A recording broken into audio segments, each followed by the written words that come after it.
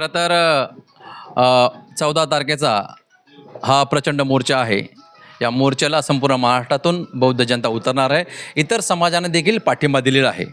कारण हे खरं आहे ना, जर ख्रिश्चनांचं मंदिर ख्रिश्चनांच्या ताब्यात आहे, हिंदूंचं मंदिर हिंदूंच्या ताब्यात आहे, मुस्लिमांची मदरसा मुस्लिमांच्या ताब्यात आहे, तर बौद्ध मंदिर बौद्धांच्या ताब्यात असावं हे साहजिकच आहे. आणि हा जो 1949चा BTEC ॲक्ट आहे तो रद्द झालाच पाहिजे. आणि इतका प्रचंड हा मोर्चा होणार आहे. बिहार सरकारला जागा होऊन तो कायदा रद्दच करावा लागेल अशी आम्हाला अपेक्षा आहे. केंद्रीय मंत्री रामदासजी आठवले साहेब यांनी प्रचंड मेहनत घेऊन 2 ते 3 सर्व गटातटांना एकत्र करून 50 गट एकत्र करून हा महामोर्चाचं आयोजन केलं आहे. आणि निश्चित येणाऱ्या 14 तारखेला संपूर्ण मुंबई ही बौद्धमय होईल असे वातावरण आहे. साहेब, भीम सैनिकांना काय, तमाम जे महाराष्ट्राचे भीम सैनिक आहे, पूर्ण देशाचे भीम सैनिक आहे, त्यांना काय आवाहन? भीमसैनिक या निमित्ताने जसं आपण रिडलच्या धर्तीवर सर्व समाज एकत्र झाला होता, बौद्ध समाज एकीकरण घडत, त्याचाच वातावरण निर्मिती झालेली आहे. आणि त्याची प्रचिती 14 तारखेला निश्चित दिसेल आणि संपूर्ण बौद्ध समाज हा मुंबईच्या रस्त्यावर तुम्हाला दिसेल.